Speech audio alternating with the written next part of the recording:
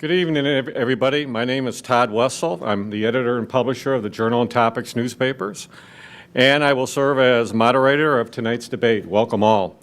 And welcome to a 90-minute exchange of ideas and views concerning the huge array of problems facing the state of Illinois. We hope that tonight's forum, which is not only being viewed and heard by you here in the audience, but by television viewers in the area here, we hope that this will assist you in determining who will be elected to serve in the Illinois General Assembly starting in January. At this point, I'd like to introduce the four candidates. I'd like to first say that public service is not an easy job, and that we owe each and every one of our four candidates up here our sincere appreciation for their willingness to step up and serve. So how about a nice round of applause for everybody?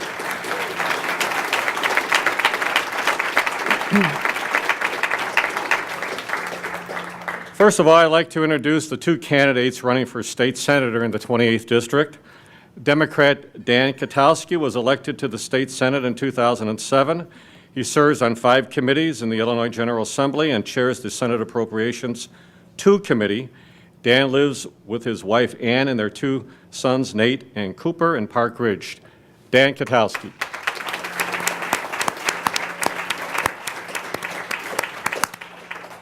Republican Jim O'Donnell has lived with his wife Marty for the past 35 years in Park Ridge. He is a graduate of Maine South High School and later earned a degree with high honors from Notre Dame University in accounting. He currently is Vice President and Chief Financial Officer for Camcraft Incorporated, a manufacturing firm in Hanover Park. How about a nice welcome for Jim O'Donnell?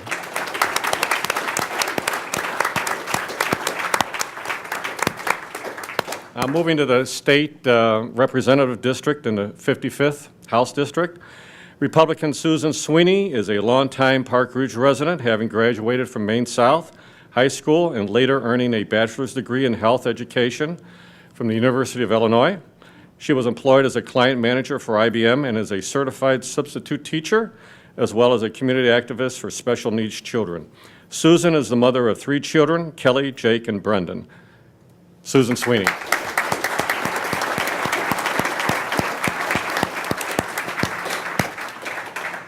Democrat Marty Moylan has lived in Des Plaines for more than 25 years.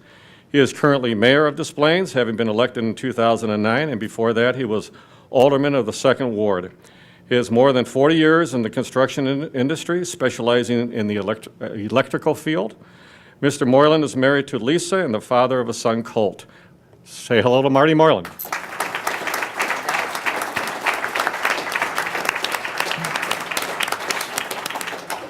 Now, the rules of the debate allow each candidate 2 minutes to present opening remarks. After that, we'll start with questions. Each person presented the question will be given 1.5 minutes to answer. And if a response is requested, then that person will be given 1 minute to respond to the previous person's answer. At the end of the debate, each candidate will be given 2 minutes for closing remarks. We ask that the audience not applaud or make comments. We only have 90 minutes to try to get down to the nitty-gritty here, and so we need every minute that we can.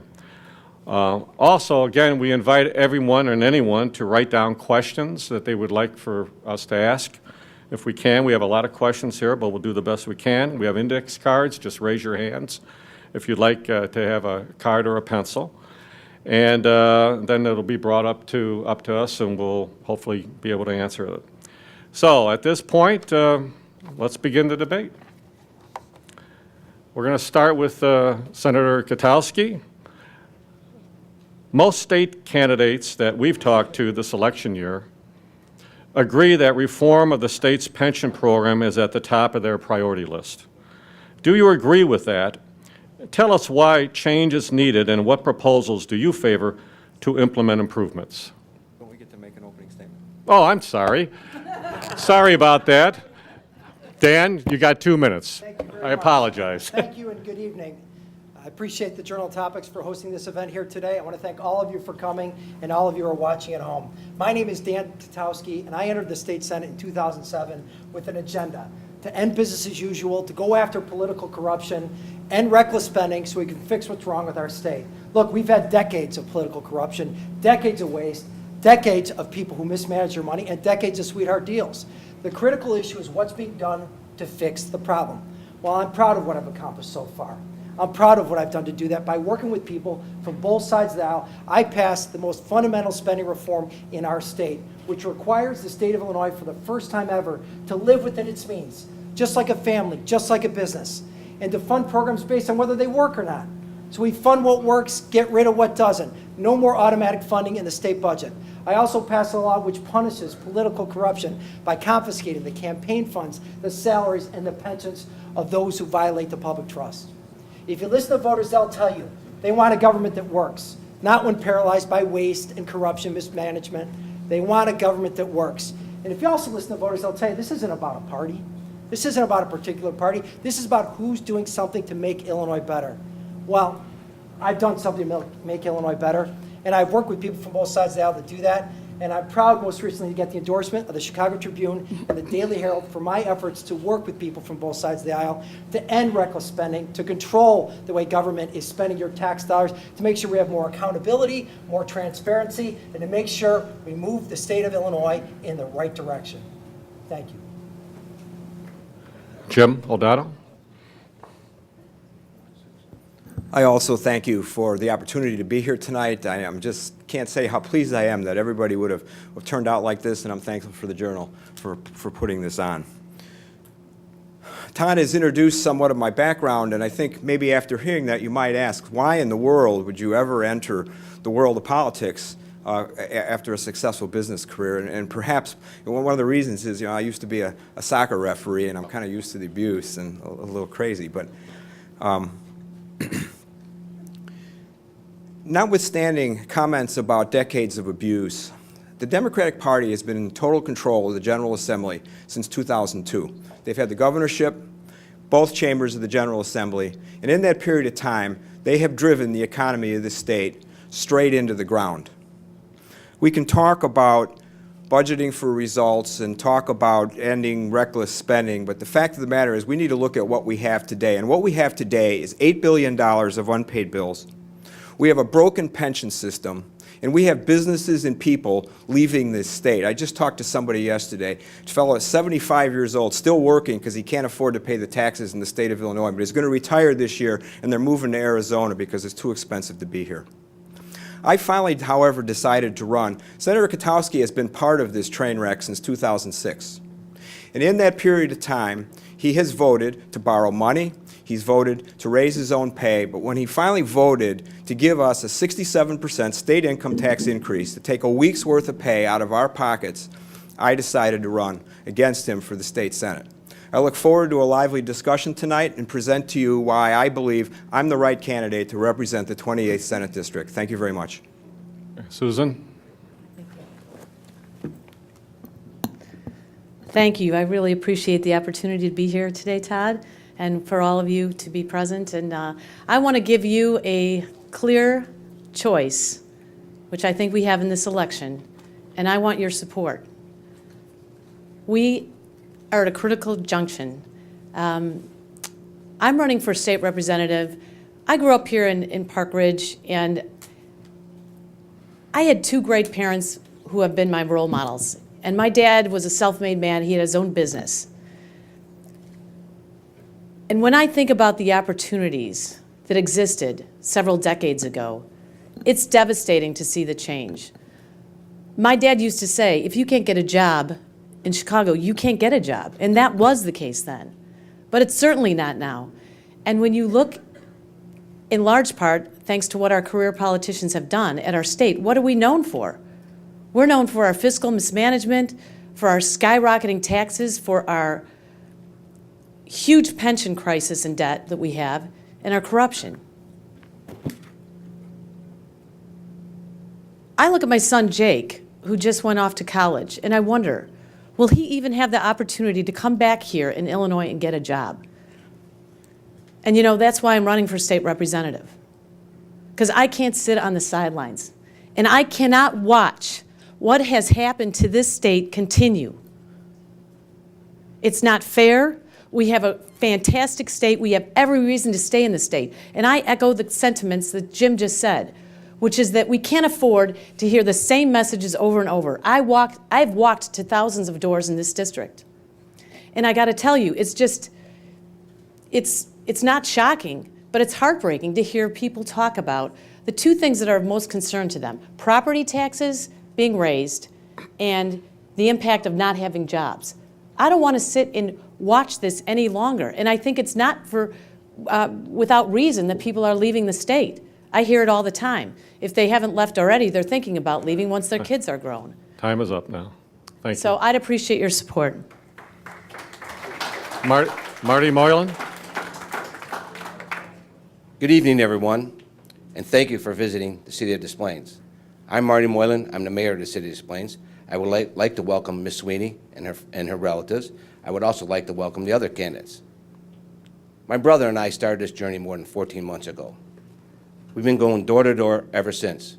We started off with a petition drive and a listening tour. We listen to what the voters are saying. They're talking about jobs and taxes. As mayor of Des Plaines, I've kept our taxes low. We shrunk the size of our operation and created jobs in the private sector. For the last 3 years, our tax levy has been zero. This year, it would be zero again. We shrunk the size of our operation, eliminated 68 unnecessary positions. When you keep your taxes low, you create jobs in the private sector. Just last week, 2 more manufacturing facilities came to Des Plaines. People talk about manufacturing. Well, we're actually doing it. We helped save Heartmarks, which is 600 jobs, good-paying jobs, right here in the city. When the Olympics were making their uniforms in China, I wrote a letter, and Jan Kotowski jumped in. We said we can make those uniforms right here in the City of Des Plaines. It takes leadership and accountability to make those tough decisions. As mayor, I've done it. Created jobs, shrunk the size of our government, and don't raise taxes. Thank you, and let's have a lively debate talking about the issues. Thank you. Now we can go to the first question. I'll repeat it again.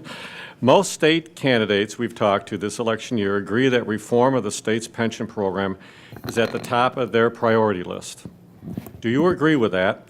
Tell us why change is needed and what proposals do you favor to implement improvements? Mr. Kotowski. Thank you very much. Well, I support any kind of pension reform that's fair and meaningful. I want to make sure that we don't place an undue burden on the people who didn't create the problem in the first place, right?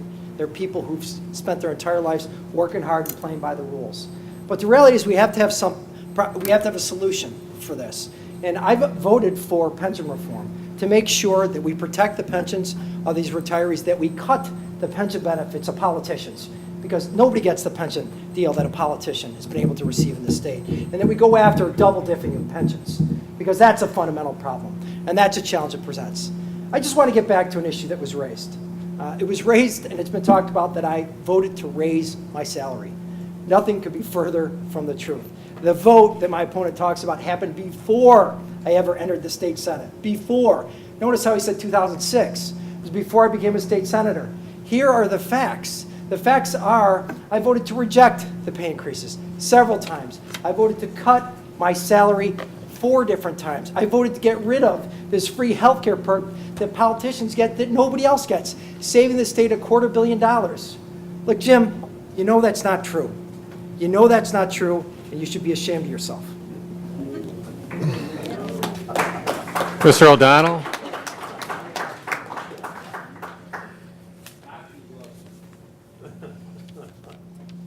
Well, I think the question was about pension reform. And on that subject, yes, I believe we need pension reform.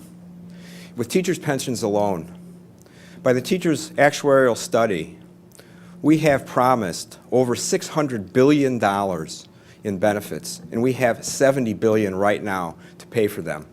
We can't get there from here. I intend to lead by example on this point. I will opt out of the legislative pension program. I'm not about to fix something for somebody else and protect it for myself.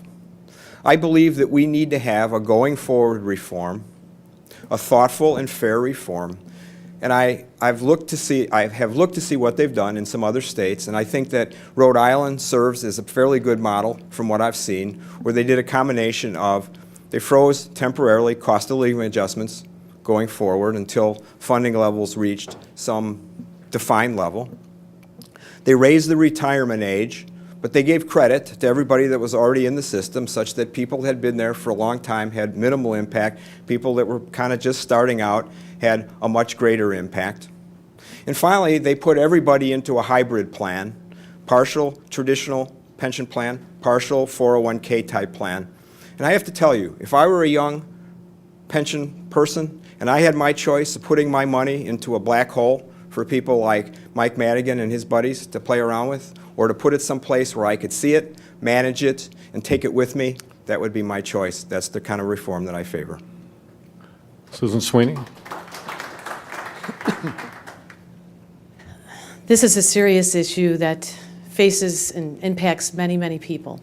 I have a daughter that's on a state pension now. I know of neighbors and friends and people that are devastatingly affected by pensions because they don't have any certainty. What I advocate for and what I believe is that we need total comprehensive pension reform. No more cutting around the edges, because what we're doing is we're promising people benefits that we know are not sustainable, and we continue to do it. So we're hurting the people that we promise benefits, and we're hurting the people that are the taxpayers that are on the hook for these benefits with astronomical property taxes that could result as a result of this.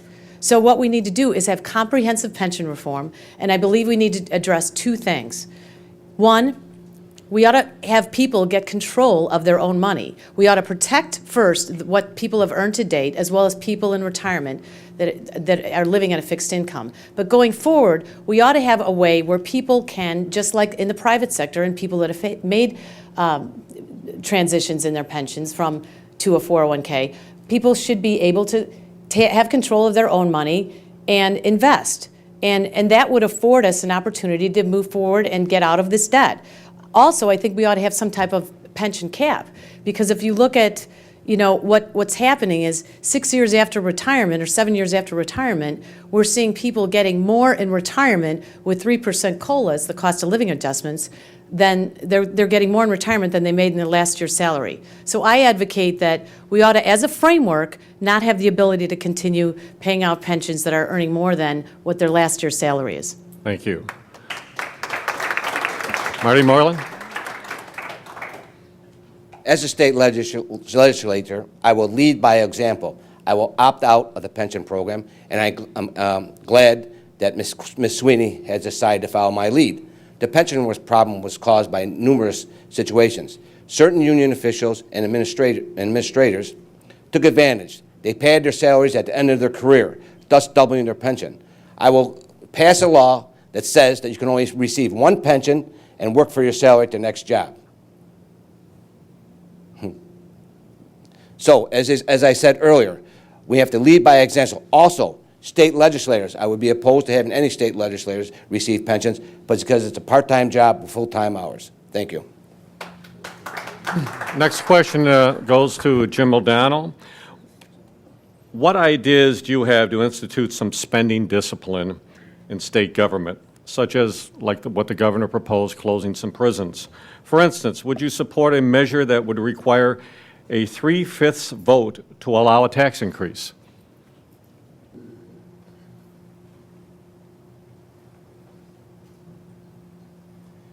In 2008, 2009, when the company where I work experienced, in a 6-month period of time, our sales rate dropped by 50%. And we were faced with a crisis similar to what the state of Illinois faces today. And what we did is we had to make decisions, large and small, in order to be able to survive. The big decisions that we made is every employee in our company had 12, not days, weeks of furlough, not the 12 days that Senator Kotowski refers to when he says he cut salaries. We also did small things. We looked at every single nickel that we spent. We put our janitorial service on hold, and we cleaned the office ourselves. We put our landscaping service on hold, and we cut the grass ourselves. The state needs to do the same thing. It has big decisions to make. It has to reform pensions. It has to implement the Medicaid reforms that it passed that are now being delayed in its implementation. And there are a myriad of small things that this can do to balance its budget. And that's what I would propose. Okay, Susan? We've continued to spend beyond our means and promise that which we can't deliver. We have to do everything possible to reform our policies. And the question was about a tax increase. The problem is we just had a tax increase of 67%, and that drove thousands of jobs out of the state and impacted everyone's future.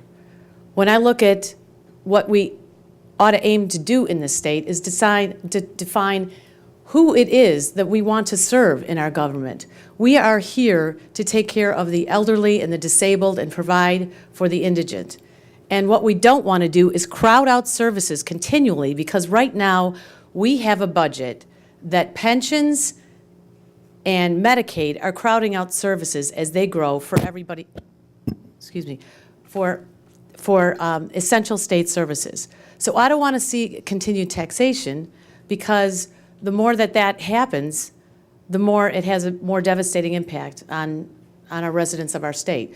We need to attract business to our state. We need to maintain the businesses that are here, and we need to afford the opportunity for businesses to start up and have entrepreneurs start up businesses.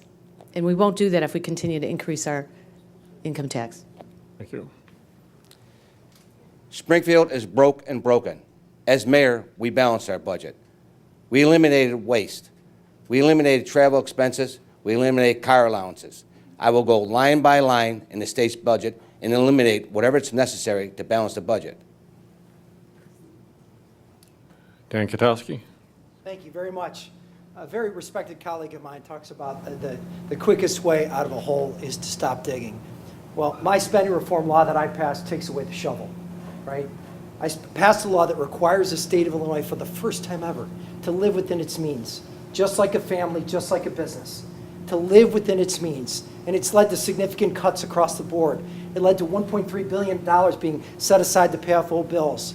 For the first time ever, you can't spend more than you take in Springfield. There's a reason, as I stated before, why the Daily Herald and the Chicago Tribune endorsed my candidacy, because of this spending reform law. They get it. Just like every taxpayer watchdog group in the state gets it. The state now has a law which requires Illinois, for the first time ever, to live within its means. It can't spend more than it takes in, and to get rid of programs that don't work. So I've led the charge and get rid of these perks for politicians that cost so much money to taxpayers. I also have a bill that I've introduced to get rid of $1 billion in legislator-sponsored programs, to get rid of that graft, to get rid of that waste, to make sure we can invest it back in education, so we can support small businesses in the state of Illinois and take care of people who need the most help. Those are the facts of life. We now have this law that's in place. We just have to follow through with it, and I'm looking forward to leading that charge in Springfield again. Thank you. Hey. Jim, you'd like to respond? I think what you just heard was a great speech. Wonderful political campaign soundbite. But the fact of the matter is, before this law that Senator Kotowski refers to, we already had a law. It's called the Illinois State Constitution, and our state constitution mandates that we have a balanced budget.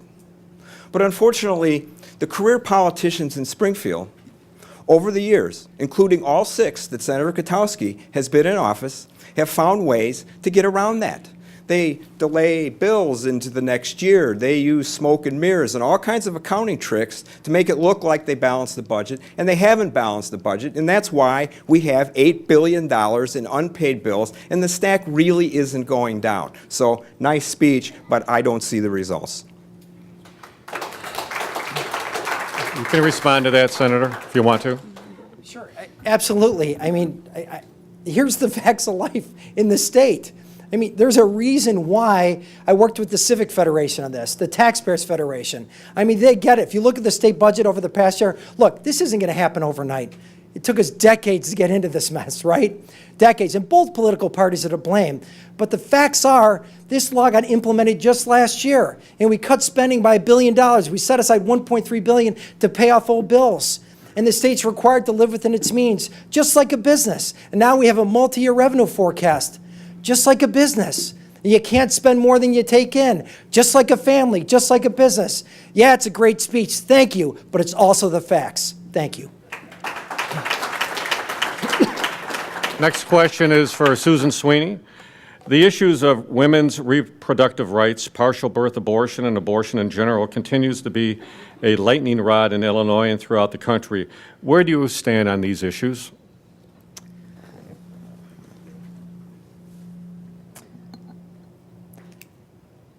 I know that this is a very concerning issue to many people. I'm a mother, I care, and I have deep convictions. I have thought about this a great deal. I am pro-life, but I do have exceptions, and I might add that I've been receiving many of the mischaracterizations and misinformation. I do have exceptions in the case of rape, incest, and the life of the mother. Thank you. Marty Moylan? Yes, I am pro-choice. We need to get the government out of women's issues. Dan Kotowski, you can answer that if you want to. Thank you very much. Yes, I'm 100% pro-choice. I think we need to protect women's reproductive health care rights. I'm proud of the work that I've done on that front. You know, one of the first laws that I passed in working with women's organizations was to make sure that we protect women who are at risk of breast cancer as well. One of the biggest challenges we have in our state is some people need to get the message, right? They need to get the message that we need to protect women's rights as well. That's a fundamental concern. We need to make sure they have the right access to health care, the right access to the proper treatment, the right access to protect themselves, especially when their life is at risk. Now, here's a situation. Now, my opponent is supported and funded by a group that's against a woman's right to choose in cases of rape or incest. I disagree with that. I think we need to protect it, and we need to protect women in that case. Thank you. Jim O'Donnell?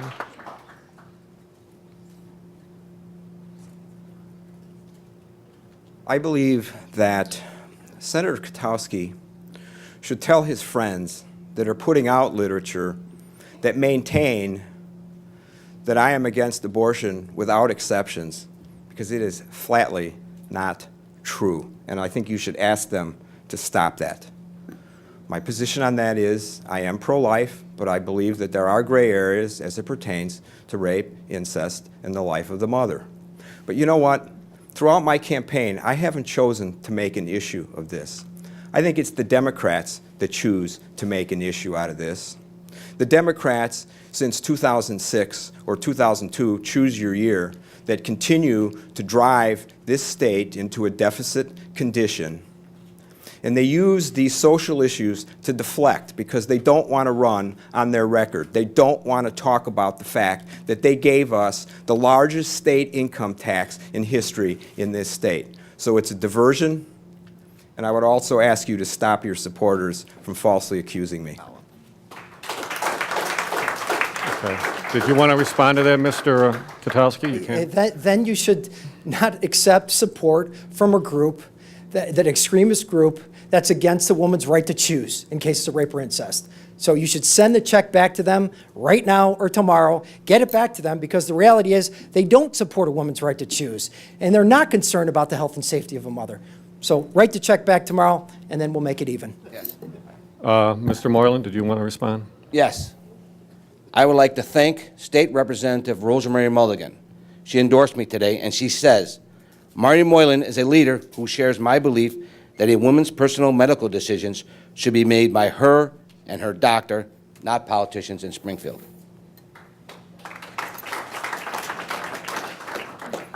Did you want to say anything, Susan? Or?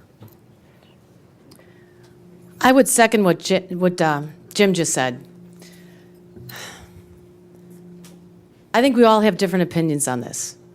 I understand that there's reasonable disagreement on it. My concern is that this issue is not the issue that we're trying to solve right now. We currently have Roe versus Wade, which is the law of the land. What's going on here is, as Jim had just said, this is a reason to try to take our eye off of what the most important issue is in this state. We're about to fall off a fiscal cliff. And if we don't wake up and realize it and try to impact that, then what are we doing to our next generation?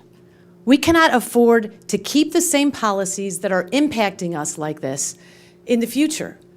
I mean, if we want to keep devaluing our homes, if we want to keep seeing property tax increases because we're not dealing with our debt and we're simply passing it along to future generations where our children won't be able to support and buy a home, I mean, that's unconscionable. It's unconscionable that we have an $8.5 billion debt. You call our budget balanced? Is it really balanced? On the backs of whom? Who's not getting paid $8.5 billion? Nursing homes, 9 months behind on our bills, where they don't even have state vendors that they can contract with any longer? Thank you. So- Time's up. We have some questions. Please, audience, we have a limited amount of time. We got an hour left, so we want to get in a lot of questions. I've got a whole pile of them here that we want to ask. So we do have some questions that are directed to specific individual candidates, and I want to start one here now with, give a question to Marty Moylan. Mr. Moylan, some people have said that your longtime affiliation with unions in Illinois will make you beholden to them. For instance, generally speaking, unions do not favor pension reform. What kind of influence would unions have on the way you conduct yourself as a state representative? After Marty answers this, then we'll go into another question leading with Mr. Kotowski. Marty? I am a working man. I worked from the electrical union for more than 46 years. I just retired. I'm grateful. My father was a union man. I'm grateful for the living that I earned. I'm currently on pension from the IBEW. I believe that pension reform is paramount. As I mentioned earlier, I will lead by example. Opt out of the pension system from the state of Illinois. The pension system is broke. We need to, certain union officials and administrators took advantage. I talked about this earlier. We have to cut them off. We have to stop double dipping in the pension system. One pension and then work for your salary alone. That's how I plan to attack it. Thank you. Susan, did you want to respond? I would like to ask Marty what his plan is for pension reform, besides just shifting the debt down to the local taxpayers via the school districts, which is what Michael Madigan wants to do. He's beholden to Michael Madigan. He's taken hundreds of thousands of dollars from Michael Madigan to support his campaign. I'd like to know how he's going to stand up for pension reform and what his plan is. Both of us, Please, let him answer. both of us are receiving support from both of our parties. That doesn't have any influence of how I conduct myself or how I will campaign. As I mentioned, we have to cut legislators' pensions. We cannot afford to put the pensions into a 401k plan. People have to work. They cannot be accountants. They cannot be worried about their pension system. Certain administrators, they took advantage of the system. Now they're going to punish the little guys on the bottom. Those people have paid into their pension for years. It's not fair that we go and punish them and take away their pensions. The issue of cost of living raises, and health insurance issues will be decided by the court. I believe in negotiations. As the mayor of the city of Des Plaines, we negotiate with our unions, and that's how you get things done. You can't negotiate or push a solution onto somebody and then have it reversed in court. You can respond to that if you want to, and I'll give Marty a chance as well, and then that's it. So, Okay, here's the point. If we don't deal with pension reform, there's no real pension reform here. What we're talking about is a sinking Titanic, and we're rearranging the deck chairs on it because we are falling, and we have to have an actual, if we have this cost shift that goes back to the local school districts, it's going to impact our property taxes. What I don't want to do is, I want to solve the problem of pensions. What's happened in this state for so long is that we've promised pensions to people that are counting on them. I don't want to hurt the people that have already earned pensions, that are in retirement, that are getting and living on a fixed income. I want to try to protect those pensions. I also want to protect the pensions for what the existing teachers or state workers have earned to date, and then moving forward transition into something like a 401k. But if we don't, the object should be to protect what's earned to date and protect those that are already in retirement to the greatest extent we can. And it's all about prioritizing, and it's all about living as principled people. We don't want people in retirement that are going to fall off a cliff because they have no source of income. We want to try to make good on what was promised to them. Thank And you. it's very sad that the state didn't fund the pension system in the last several years prior to. Thank you very much. Next gonna question respond. goes, Marty? Yes. Okay, next question goes I'm to, going to respond to that, Dad? you may. Yes, I am against the cost shift to the school districts. My opponent says she is against it, but also would consider it in the future. I will not consider it in the future. The problem with the state, with the pension system, another problem is that the state did not put enough money in. Okay, Dan Kotowski, this is a question from the audience. The lieutenant governor has no constitutional job function. The state spends money on a budget for that office to exist. Do you favor a constitutional amendment being placed on the ballot for voter approval in 2014 to eliminate the office of lieutenant governor and having the attorney general take over if the governor dies, is incapacitated, or is impeached and removed from office?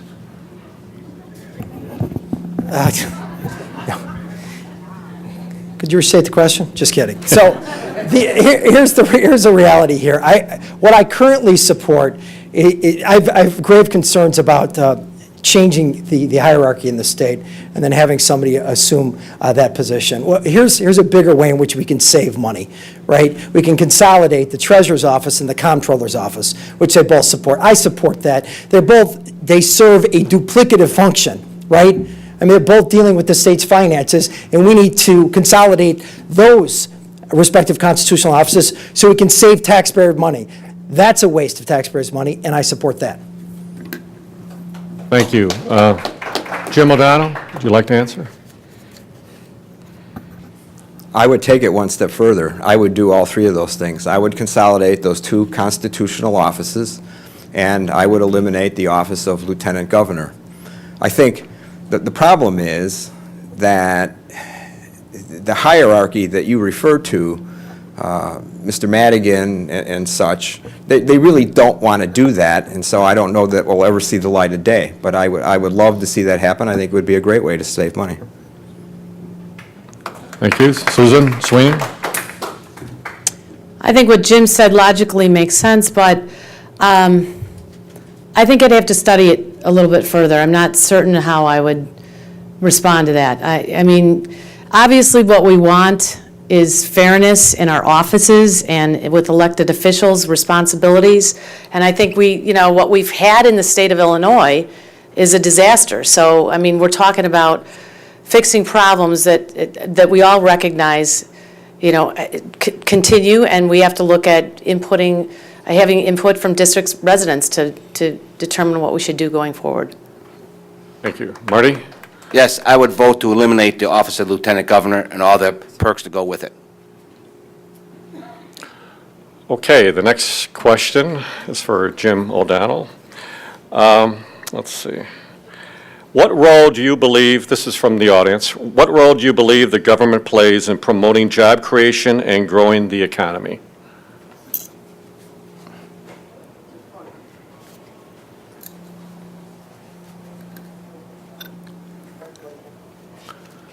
I think it's fairly well established that the government does not create jobs. Successful businesses create jobs.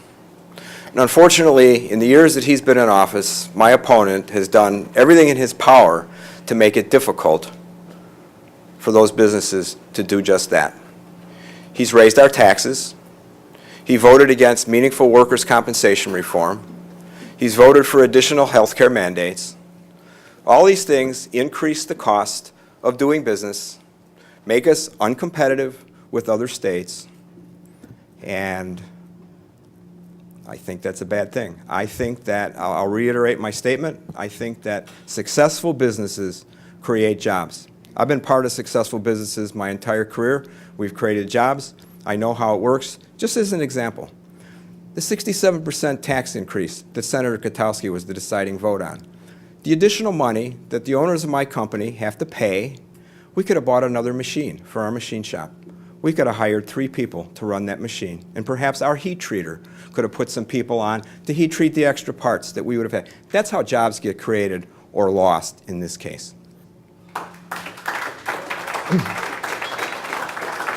Susan Sweeney? Oh, yes, you can go ahead, Dan. Thank you very much, Todd. One area where I do agree with my opponent is that government doesn't create jobs. But what government can do is help foster economic growth and development. Now, I passed a law which makes sure that we were able to build on a very successful initiative which helped create 3,500 new jobs in technology in the state of Illinois, all without raising a single tax. It's called the Technology Development Account. It's very exciting, and people on both sides of the political aisle love it. But here's what I have a difficult time with. My opponent talks about the fact that, that government should leave business alone, that business should be able to sink or swim on their own, right? Except when it comes to his own business. His company sought for and received a $1.7 million tax break from the Blagojevich administration back in 2005. And it's a 10-year tax deal that they cut. Now, who in this room receives a tax break like that? Nobody. And here's what we have to do. You can't have it both ways, right? The fact is, if government can foster economic growth and development, great, we need to do that. We need to support that. But I just take issue with the fact that my opponent is saying one thing and doing another. It's not good enough for you, but it's good enough for him. And the fact is, we need to do a better job of evaluating those kind of deals that were cut so we make sure that we look out for taxpayers. And one of the things my opponent's going to say is that I voted for this deal. Well, this happened in 2005, again, prior to when I was elected state senate. This was a 10-year deal that was cut. It was a 10-year deal, and we're fixed and we're locked into it. And we need to do something to eradicate deals like this because they don't work out for taxpayers. Thank you. Wait, Jim, you can respond to that. That's part of the problem that we have in Springfield, that career politicians in Springfield continually demonize business for creating good-paying jobs. Now, the fact of the matter is that grant is made available to all companies by DCEO, which is where the grant came from, and it was given to us in response to investing $5 million in plant and equipment and creating 25 local, good-paying jobs. That's what it was for. So, again, I think Senator Kotowski should stop demonizing the business community. And the fact of the matter is, yes, maybe he wasn't there when we applied for that grant. But since that time, he has voted not once, not twice, 6 different times to enhance or extend that program. I have a quote right here in the Daily Herald. It says, "The people of Illinois need quality job opportunities and foster economic development, extend blah, blah, blah, blah, blah, blah." Okay?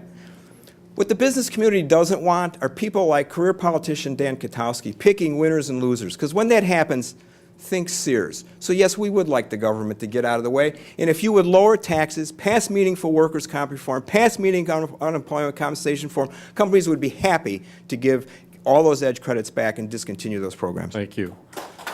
Dan? Thank you very much. Thank you. Well, I'm glad we brought this up because I think this is a very important conversation. I never said I was against meaningful incentives. I never said that. I think they can be strategic. I think we need to evaluate their performance. I think that's very, very important. My opponent's the one who said the government's got to get out of the way. He's the one who said he didn't need them. He's the one who said just, clear the decks. Let us sink or swim on our own. That's what I have a problem with. The other problem is this. My opponent got the $1.7 million tax break. He got it, but then they lost it. They lost it. There's only 2 reasons why you lose it. Number 1, because you're not paying any corporate income taxes. Number 1. And number 2, the jobs that you were supposed to create, they're not there anymore. That's the only reason why you lose it. That's why I've supported greater accountability when it comes to these tax incentives. That's why I sponsored a law to find out who actually was getting these tax breaks. And guess what? Because of a law I sponsor, we know now. We've been able to smoke them out. We know who these people are, and we get it. We know who's getting these tax breaks. We know whether they're going to be accountable. And that gets back to performance. If we're going to measure human service based on performance, if we're going to measure every level of government based on performance, we sure as heck are going to measure the performance of these tax breaks that businesses are receiving Thank you. that so many people in this room are not getting. Time's Thank up. you. One last response for Jim O'Donnell, then we'll go to Susan.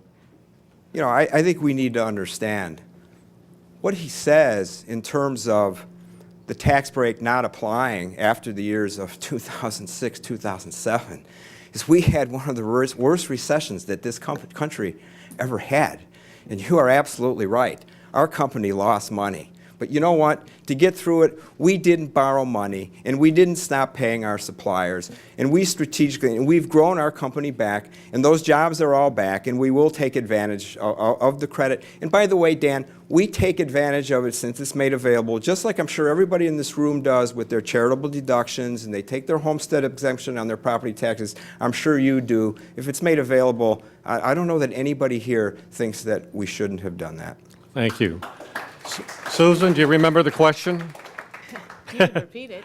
I can repeat it, sure. What role do you believe the government plays in promoting job creation and growing the economy? Okay. First, I believe government has to get out of the way. As has been stated here, government does not create jobs. What we need to do is get out of the way, but what we need to do is repeal our tax hike. The single biggest contributor to jobs leaving Illinois is our property tax hike, or excuse me, our income tax hike. We had the 67% tax hike in the lame duck session in January 2011, and look at the impact that that has continued to have on jobs in Illinois. I will file a bill day one to repeal the tax hike.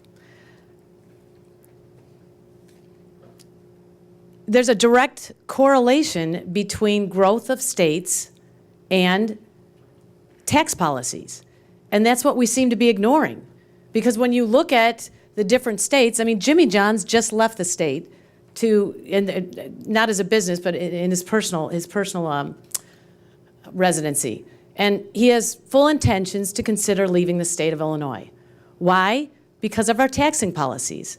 And you hear this all the time. I mean, you've got the governor of Indiana and the governor of Wisconsin literally siphoning jobs out on recruiting missions and trips to Illinois to try to take jobs away from us. Why? Because we overtax and we overregulate. Thank you. Mr. Moylan? I believe that the government and businesses both create jobs. The government and state invest in infrastructure, creates jobs for many middle-class Americans. Businesses also, they're one of the biggest generator of jobs. I would support an earned tax credit so when a business in its first year of operation loses money, they can deduct it on the second year. Okay, thank you. I think we're going to go to the next question. This is for Susan Sweeney. This is from the audience. What specifically will you push for to help smaller local businesses keep their doors open and promote hiring, keep costs down, operate legitimately, and still turn a profit?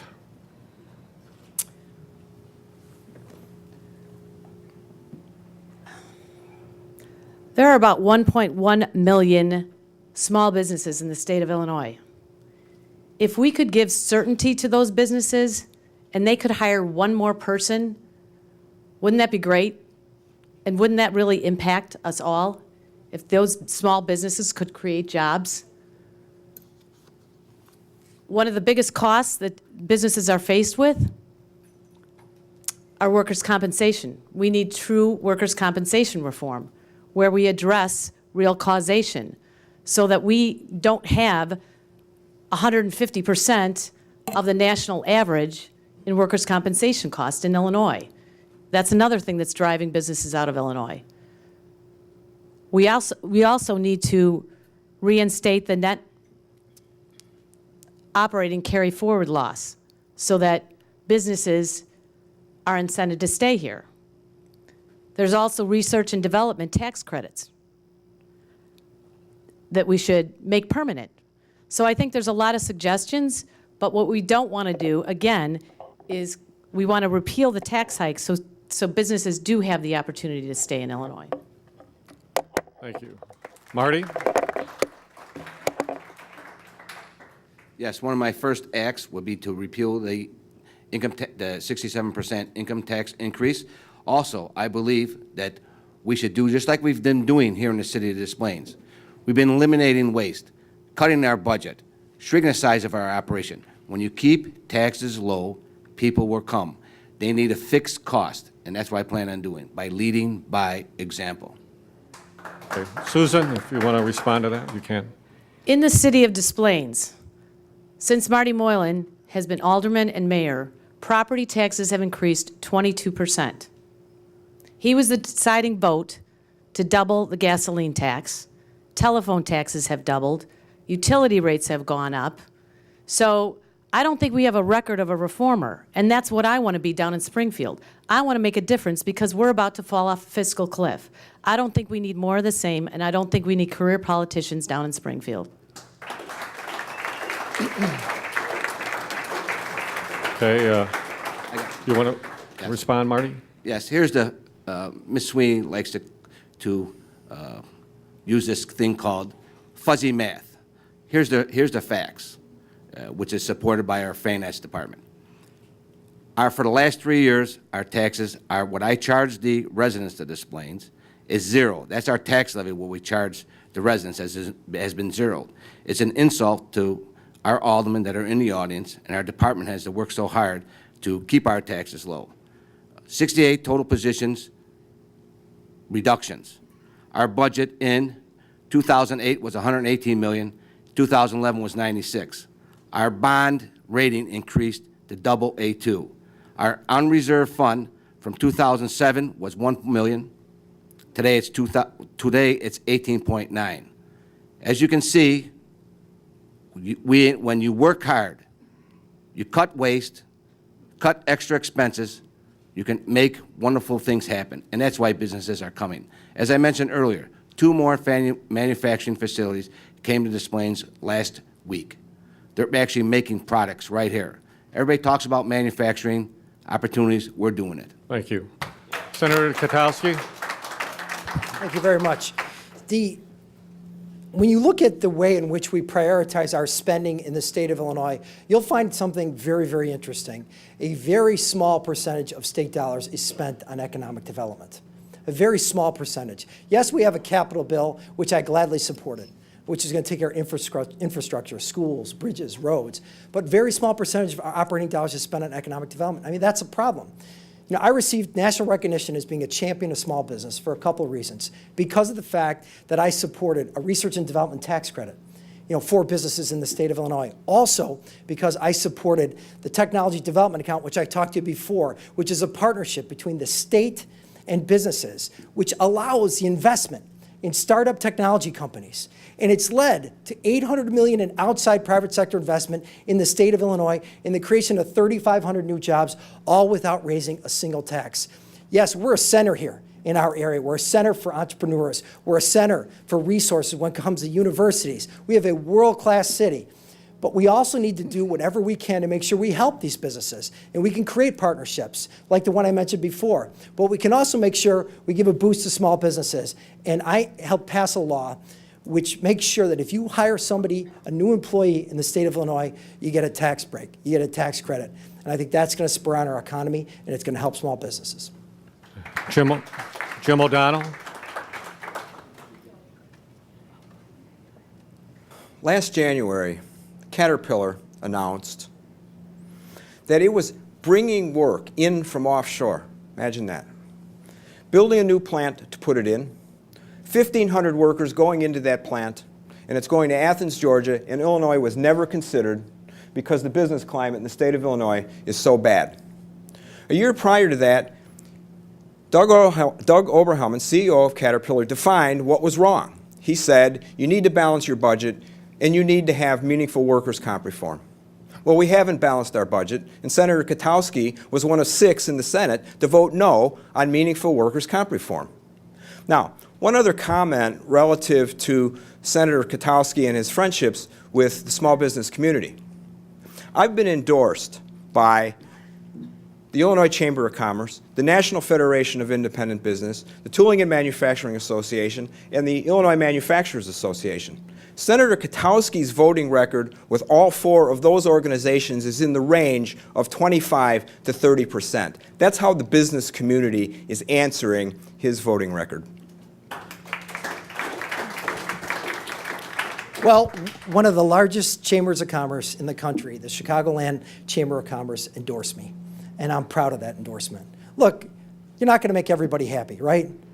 The reality is you make tough decisions. But the facts are, I've been able to be recognized for my hard work because what I've been doing to reach out and work with people from both sides of the aisle. Yeah, we have a challenge before us, and it's a huge one.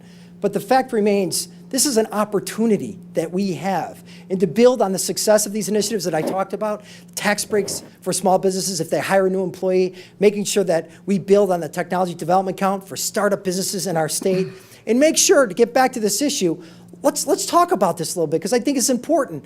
The guy in Caterpillar pays no corporate state income tax. He doesn't pay any.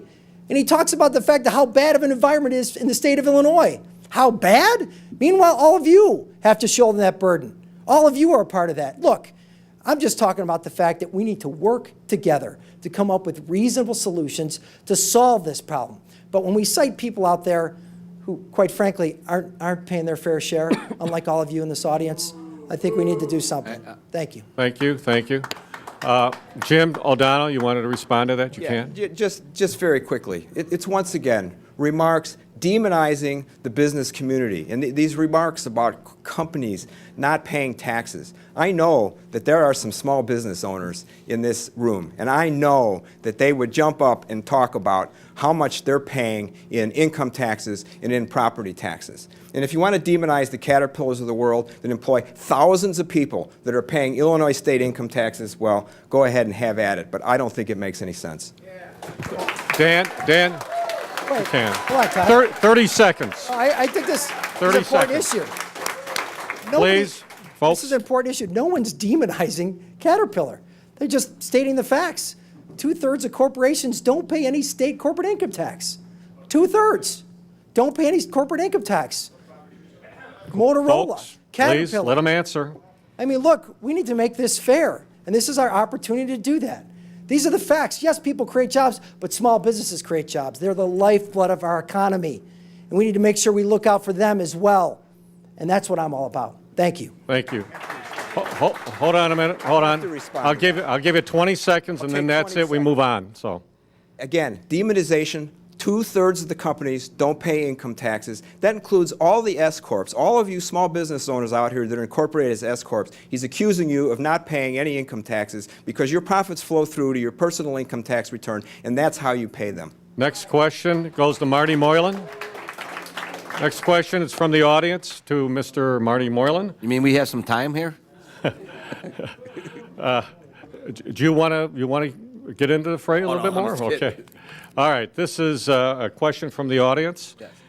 Illinois relies upon a network of charitable organizations to provide services for children and adults with disabilities. Illinois routinely delays its payments to these groups by 6 months or more. What will you do to make sure Illinois pays its providers in a timely manner? Well, first of all, Todd, I'm going to make sure they pay their bills on time. We got a whole list of problems going on here. As you know, with the City of Des Plaines, we're very, very charitable. There's this facility in Park Ridge called the Center of Concern. Even though the City Council didn't fund it, we from the City of Des Plaines funded it. I believe that we have to fund these organizations because of all the good they do for the neighborhoods. My brother has a daughter that has MS. If it wasn't for state assistance, she would be in financial straits. So I think it's important, and one of my first acts and second acts will be, the first act will be to eliminate the 67% in tax hike, but the second act will make sure we fund all our social agencies. Thank you. Senator Kotowski? Thank you. Well, those are essential priorities, and I worked for years in human services, and I worked with kids who suffered from abuse and neglect. And I also worked with victims of crime and violence, and I've been a very strong advocate for families who have children with developmental disabilities. What we need to make sure is we prioritize where the funding is going. The facts are we've reduced the amount of money that we're owed to providers in the state. We're not where we need to be by any stretch. A few years ago, we owed $10 billion, and we're going to be down to about $7.3 billion. Again, those are the facts. But the challenge before us is to make sure we continue to fund these programs and fund those initiatives where people need the help the most. And that's a situation that needs to be addressed. I look forward to doing it. I'm the chair of the Senate Appropriations Committee, and I'm proud of my record that I established in making sure that funds go to the most vulnerable in our state and to make sure that we increase the amount of time that it takes to get the money out there. We get it in a more rapid fashion to make sure we pay off these bills in the state. Thank you. Oh, well, Jim O'Donnell. Not yet.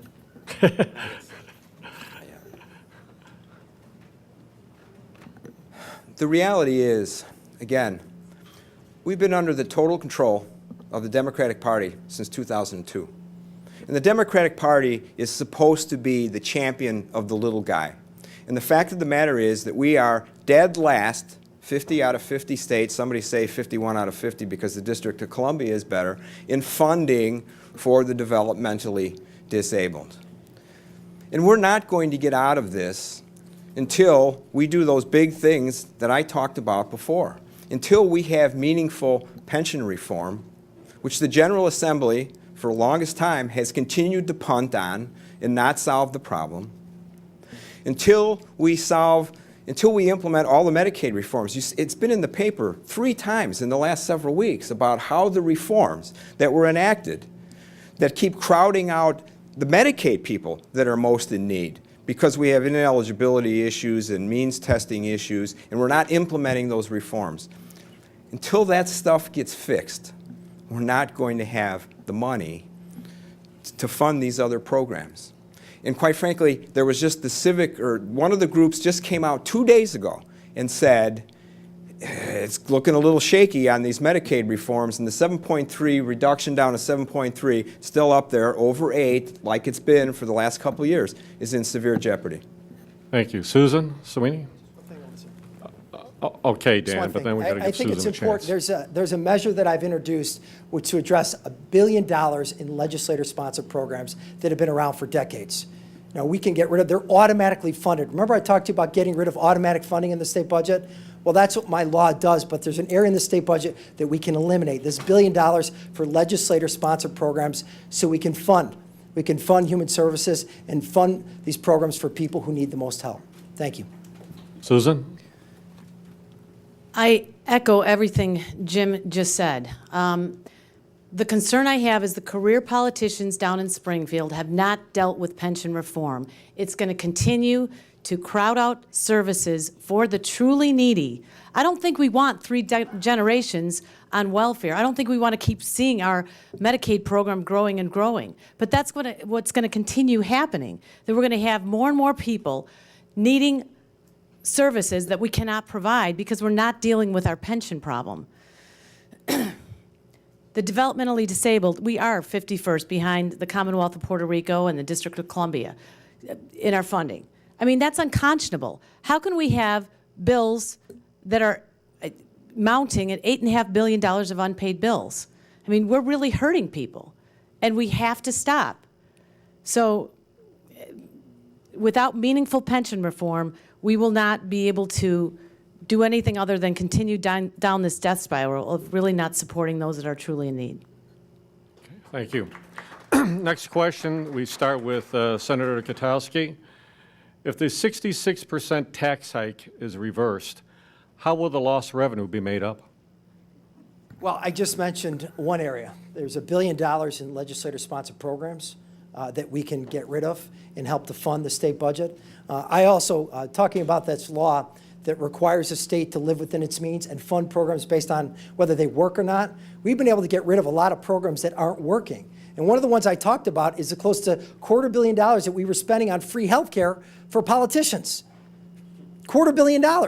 And that's a way we could save money. We can continue to go through the budget. One of the things that I've done, and I've been proud of my partnership that I've developed with Republicans on this, is voting against these part-time appointed positions that the governor has. I mean, that costs taxpayers real money. There's no reason in this day and age right now, this challenge that we're facing, that we should be paying people for positions that they can volunteer for. That costs you real money. So we can eliminate those positions. We can make sure, and I've been proud of voting for those positions against them with Senator Dan Duffy. We're the two people in the Senate to continually vote against those. So that's another way in which you get funding. The other issue is this. Again, my spending reform law, you talk about the quickest way out of the hole is to stop digging. Well, my spending reform law takes away the shovel. And if we don't have the money, we can't spend it. That's what that law does. We're just going to have to make further reductions. Thank you. Jim O'Donnell. You know, when I listen to that analogy, I think a better one would be we take the matches away from the kid after he burns the house down, because that's what's happened here in the state of Illinois. You know, I would just have to say that this funding what works and funding what doesn't is just really nibbling around the edges. And the fact of the matter is, we really haven't cut. I mean, yeah, we take some money and we take it away from here, but it gets put back in there. And the fact of the matter is, we haven't had cuts over the years. The spending has steadily increased. The only way that we're going to we can repeal the income tax increase if we have meaningful pension reform, if we have enacted Medicaid reform that perhaps needs just a little bit more reform, and then I think there's a lot more that can be done, and we can replace that revenue. But ultimately, we have to grow our way out of this situation. We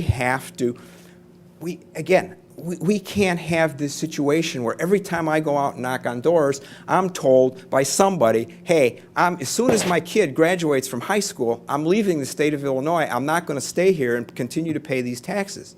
And I hear it all the time. Our wealth is going away, our talent is going away, and our tax base is eroding, and we have to stop that by promoting a better business climate and gradually grow our way out of the situation.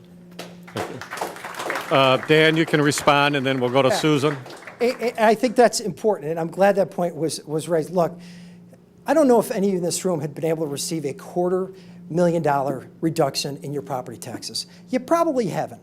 Well, my opponent, again, was able to say, he said, you know what the problem is with the property tax system? It's winners and losers, and those who have high-powered attorneys are able to get property tax reductions, and that's what he's been able to get for his business. Sure, there's a lot of people in this room who are looking to go elsewhere, because there are great challenges, and property tax is a crushing burden, and you're not able to play by those same rules that my opponent plays by. He's able to get reductions for his business. He's able to get a tax break for his business. $1.7 million. This totals $2 million. These are the facts. We need to address this situation here.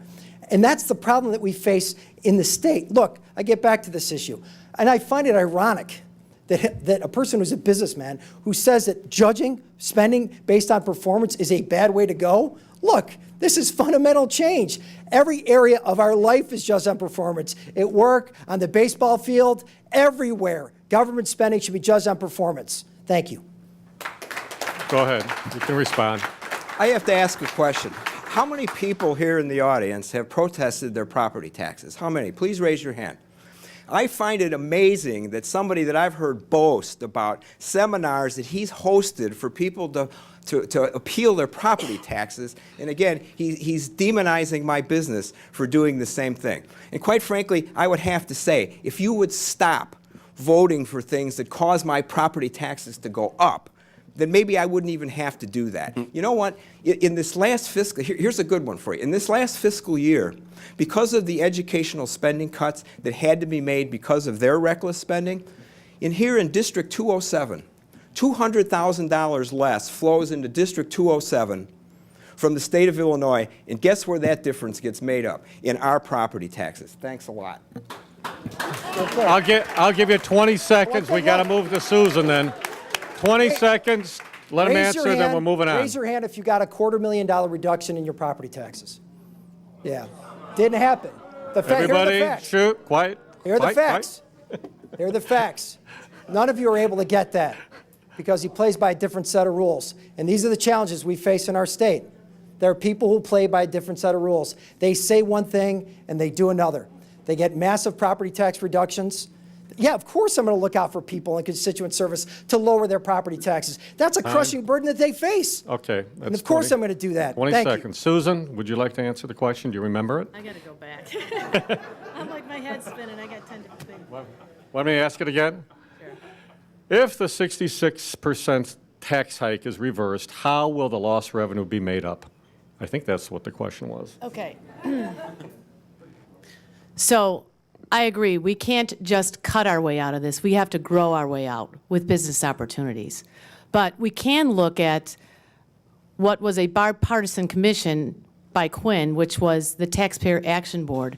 And there are several policies there that have never been addressed or implemented that show significant savings of upwards of $2+ billion that I've identified after looking through that. But I do believe that what we will be able to do is afford businesses the opportunity to grow if we repeal the tax hike, because that will give them certainty. I had recently gone to a tax institute, to an institute where the economists had talked about the single biggest impact on businesses that are sitting on cash and deciding whether to grow is the uncertainty. So I think businesses need certainty, and I think the opportunity will be there when we repeal the tax hike. Thank you. Mr. Moylan? The state has to learn to live within its means. They have to have a balanced budget. Cook County Board President Preckwinkle just reversed a tax increase, part of the tax increase that Todd Stroger implemented. So they are showing that it can be done, and that's how I plan to lead. Thank you. We're going to go to another question now, okay, because there was a lot of exchange there. Candidates on all levels like to talk in generalities about the need to keep government honest and to root out corruption. Of the last 3 governors of Illinois, 2 of them are behind bars. There must be some specific measures you can present to the audience tonight that you would work hard for to significantly curb the culture of corruption that has gripped this state for many years. Please respond. Jim, is it? I can go, don't matter. I'm not sure. Marty, you start, and we'll go this Okay. way.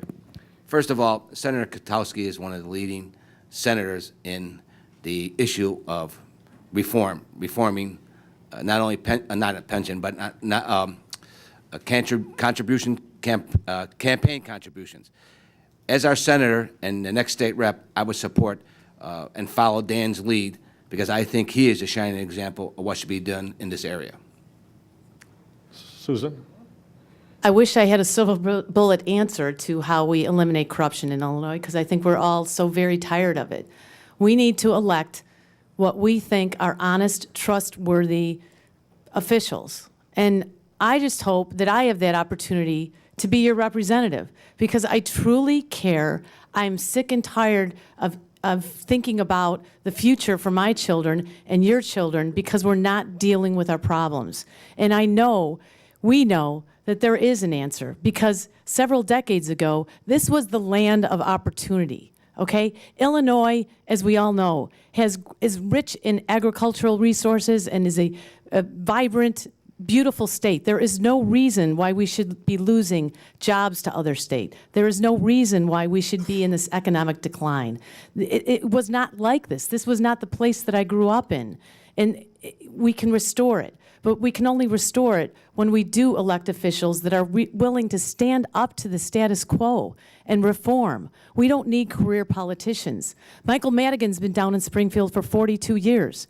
He's been our speaker for 28 years. Think about that. Think about the implications of that and where we are. We've had a single-party system down in Illinois for the last 10 years under Democratic leadership. Look where it's brought us. This isn't just about partisan politics. It's a fact that we have $83 billion in unfunded liability.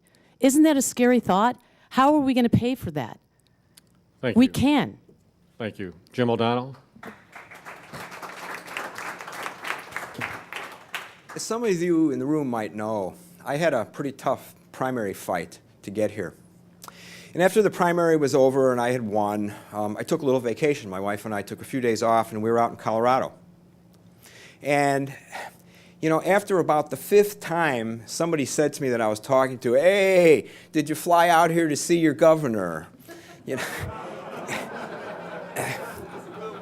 it stopped being funny.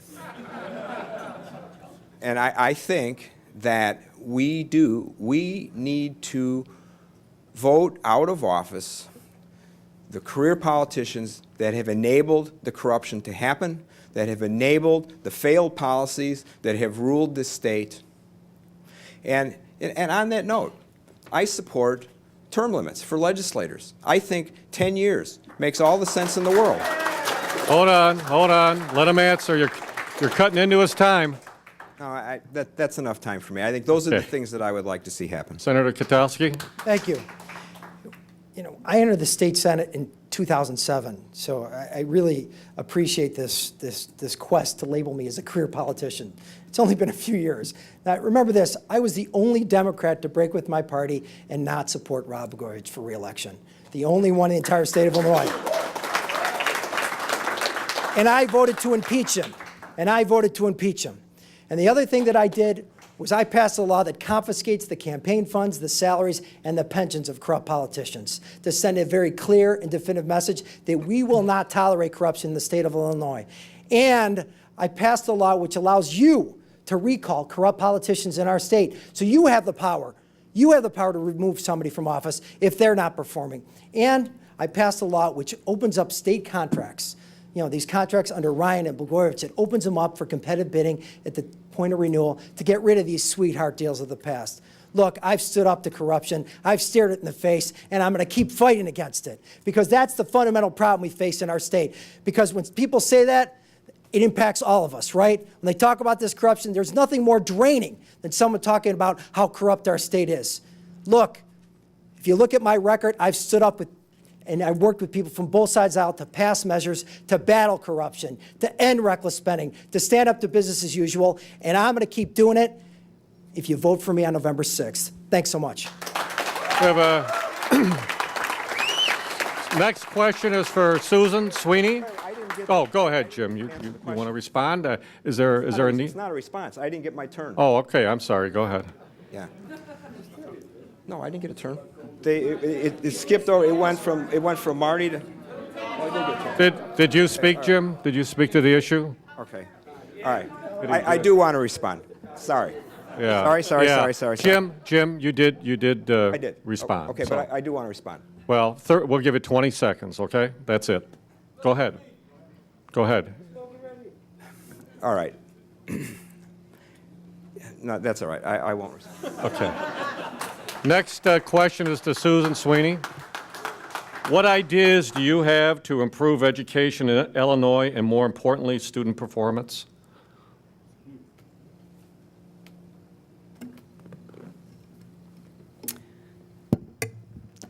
I am very concerned about education in Illinois. Just look at the city of Chicago and look at what's happened. I think what we need to do is have a child-centered approach, which truly means to look at what children need most. And I believe that we need to have choice for children. I do not believe that a child's education should be defined by the zip code they live in. And all too often, we find that that's where the failed performances lie, because children don't have the opportunity to get a good education. And we have to fix that. So I guess that would be my number one priority. We put children first, and we figure out what it's going to do, what we can do to turn our state around and have metrics that reflect real and measure student performance. Thank you. Jim O'Donnell?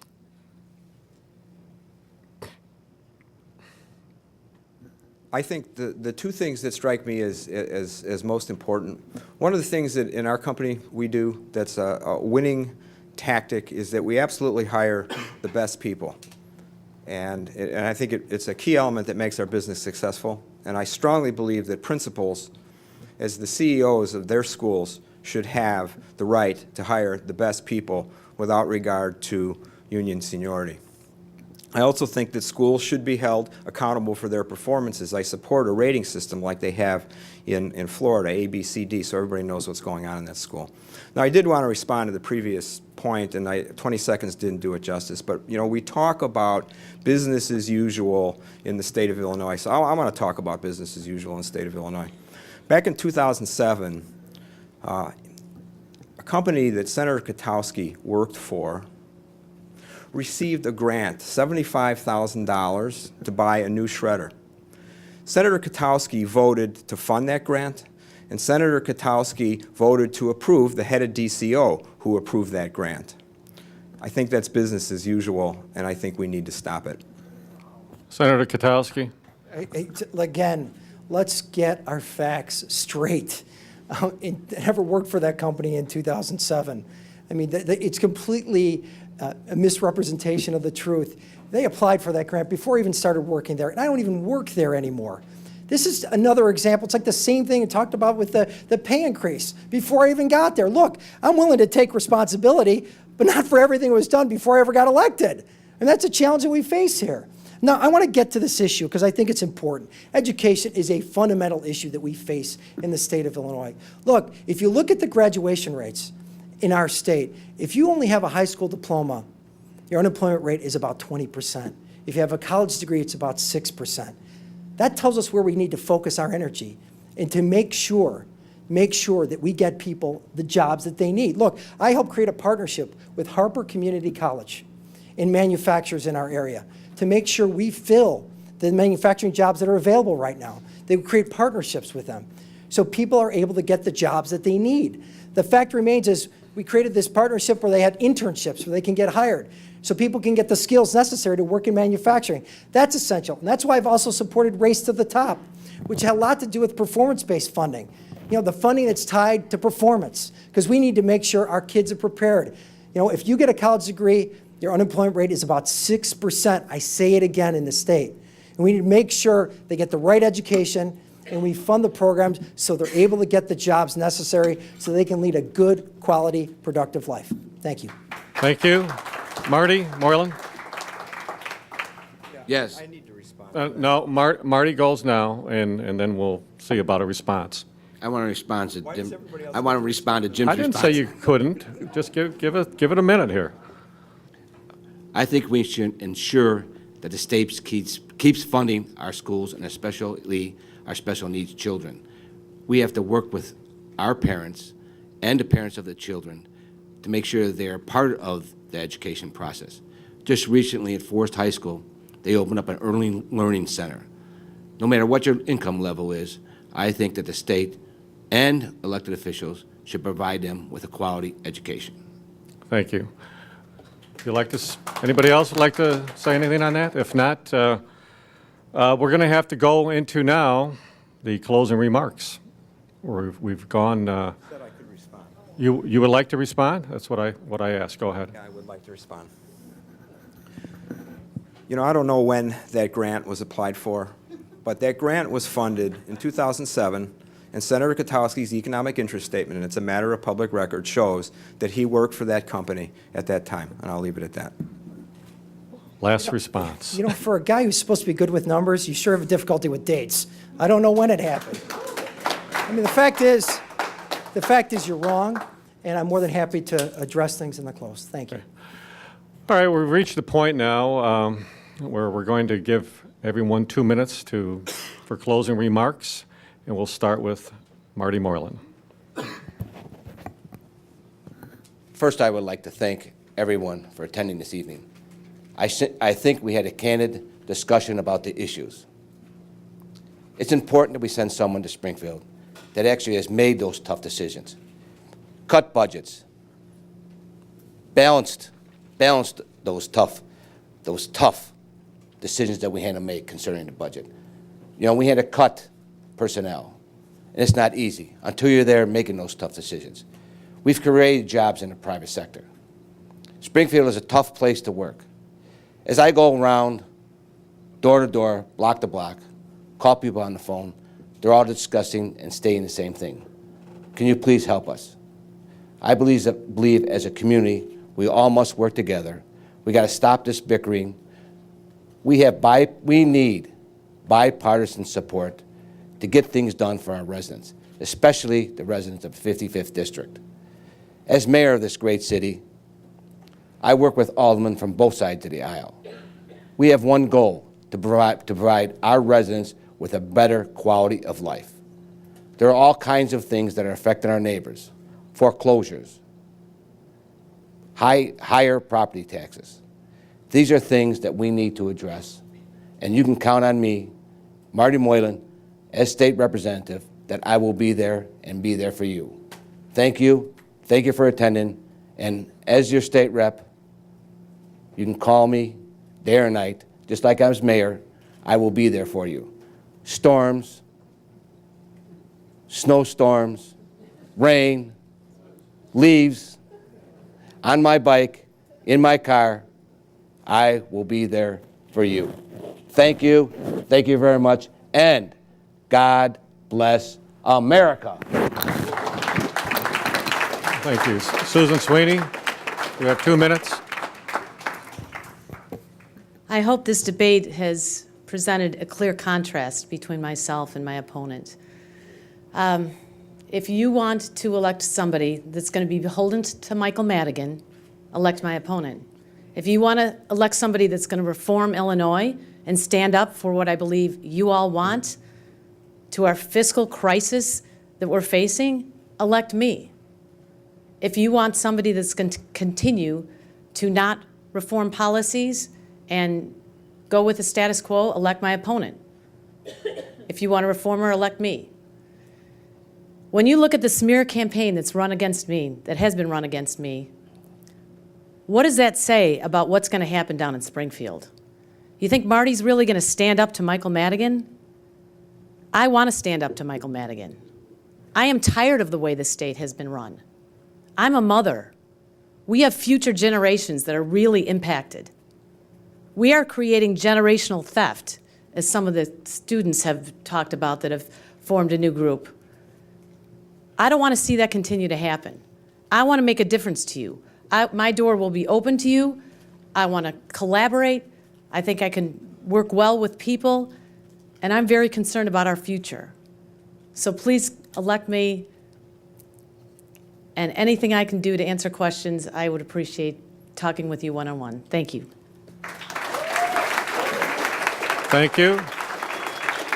Mr. O'Donnell. We've heard conversation tonight about budgeting for results. And what I would offer to you is we're getting results that we don't want. What we have is a 67% state income tax increase.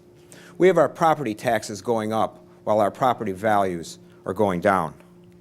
We have a broken pension system, and we have people leaving the state eroding our tax base. We've also had conversations about ending business as usual. But business as usual is going on in Springfield right now, where they're waiting until a lame duck session of the General Assembly to solve our pension crisis. And by the way, the last time we had a lame duck session, we got a 67% state income tax increase. And Michael Madigan and Dan's boss, John Cullerton, have already teed up the issue of passing the liability down to our property tax bills. I'm not a career politician. I'm a career small business guy. I work in a company where we actually make stuff, we hire people, and unlike the state of Illinois, we balance our budget every single year because I'm the chief financial officer. And I think we don't have people like me in the General Assembly, and that's why the state has the financial problems that it has. There is a clear choice in this election. We can elect a career politician that's a key cog in the Mike Madigan, John Cullerton machine that's wrecked the economy of this state, or we can elect a thoughtful, pragmatic business person with a financial background to go to Springfield and get Illinois working again. Thank you. Thank you. Dan, 2 minutes. Thank you, Jim. Thank you, everyone. Thank you all for attending tonight. Thank you all for watching at home. Again, my name is Dan Kotowski, and I entered the state Senate in 2007. In 2007, with an agenda to address waste and mismanagement and corruption in our state. Look, we've had decades of this, folks. Both political parties are to blame. We have a Republican governor in jail and a Democratic governor in jail. The critical issue is what's being done to fix the problem. What's being done to fix it? Well, my spending reform law that I worked with people from both sides of the aisle to get passed makes sure that the state lives within its means for the first time ever, and to fund programs based on their performance, fund what works, get rid of what doesn't. Why is that concept so difficult for some people to understand? Get rid of what doesn't work, and I've been able to get rid of a lot that doesn't work. A lot of these unnecessary self-serving perks for politicians, and I've been able to go after corruption and pass one of the toughest anti-corruption laws in the country that takes away the campaign funds, the salaries, the pensions, and the assets of politicians who violate the public trust. Look, if you listen to voters, they'll tell you they want a government that works, not one paralyzed by waste and corruption, right? You want a government that works. You also, if you listen to people that tell you, this isn't about a party, this isn't about the party, it's about who's doing something that make Illinois better. Well, I'm proud of what I've accomplished. I'm proud of what I've done, and I'm proud of the endorsements I received from the Daily Herald and the Chicago Tribune, because they pointed out the fact that I've worked to control spending, increase transparency and accountability. And with your help and your vote on November 6th, I will continue to advocate for this. I'll continue to fight corruption. I'll continue to battle business as usual. I'll continue to stand up to leaders of my own party when they're wrong. Look, I filed the bill to make sure there's term limits for leaders in legislative positions so we can break the stranglehold in the consolidation of power in Springfield, to make sure your government is accountable for you. And I'm proud of what I've done on that front. And November 6th, when you vote for me, I'll keep fighting for that. Thank you very much. All right. That is, everybody, that's the conclusion of our debate. I think that was an absolute terrific performance by everybody here. How about a round of applause for everybody? Now, just a couple things. This will just take a second. We have refreshments in the room next door if you'd like to have a bite to eat. Meet the candidates. Have a good time. Thanks to Karen Kozenzak and Will Soderberg for setting everything up here. And go out and vote, everybody, on November 6th. Thank you. Before you pass out.